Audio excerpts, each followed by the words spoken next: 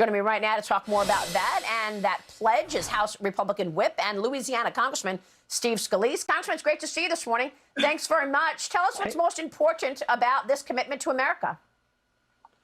Well, Maria, great being back with you. And I think what's the most important about the commitment to America is we're showing the country that there can be a better way. We don't have to have this as the new normal where inflation is out of control, energy costs are unaffordable. We have a border that's so wide open that thousands of people come across every day. People don't even feel safe in their own neighborhoods, Maria.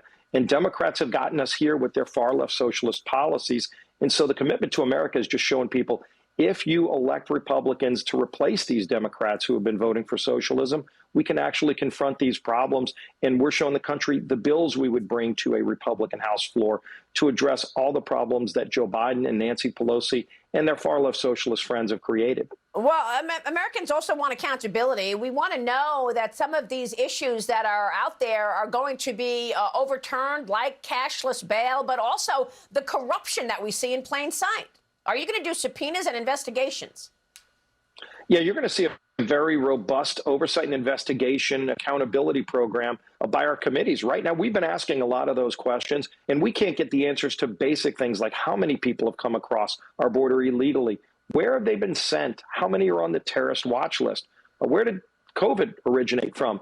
They won't let us have hearings on any of that, but if we're in the majority, we can have not only hearings on all of it, but subpoena people who have the answers and just refuse to comply right now. That will change on January 3rd if we are able to get the majority on November 8th. So the public has a real role to play here. Yeah. Go out and vote for people who support this commitment, not just in the House, but also, Maria, in the Senate, so that we can get a Republican Senate to do this as well. We're going to look at the polls after this short break, but also the presidential elections are underway in Italy today, and a center-right leader who would be the first female prime minister is leading in the polls in Italy. The Italy connection and more as we continue with House Minority Whip Steve Scalise in a moment.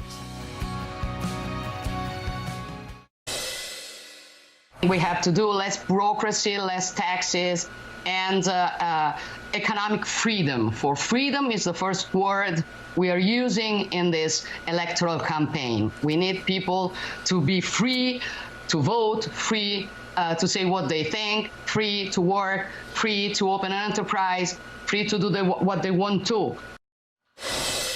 That was Italian Prime Minister candidate Giorgia Meloni with me on Mornings with Maria over on Fox Business a few weeks ago. The Italian election is happening today, and the center-right candidate could make history as the first female prime minister of Italy.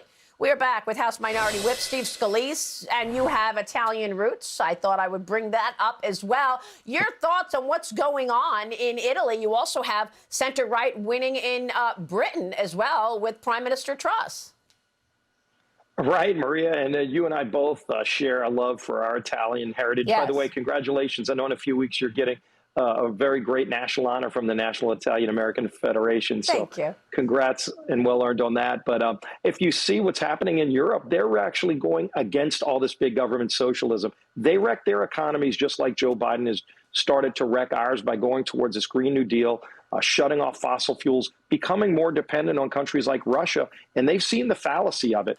You saw it with Truss in Britain, now Meloni, hopefully, in Italy, where the voters, the people in these communities are getting crushed. Low-income families, because of the high costs, are rising up against their far-left socialist governments. And I think you're going to see that in America as well. But it's interesting to see that Europe is leading the way by throwing out socialists with conservatives and great, bold conservative women like both Meloni and Truss. I think it's exciting to see it in Europe. We need to bring that kind of conservatism back to the United States to stand up against what the big government socialists have done to ruin our economy and raise costs for middle-class families. I think that's going to happen November 8th. And Nancy Pelosi and Joe Biden called it extreme. Real quick. Yeah, it was interesting that Pelosi and Biden both attacked our commitment to America. It shows they're threatened by it. But if they think this is extreme to lower energy costs and secure America's border and reduce inflation, shows you they're out of touch. Thanks so much, Steve Scalise. Great to see you.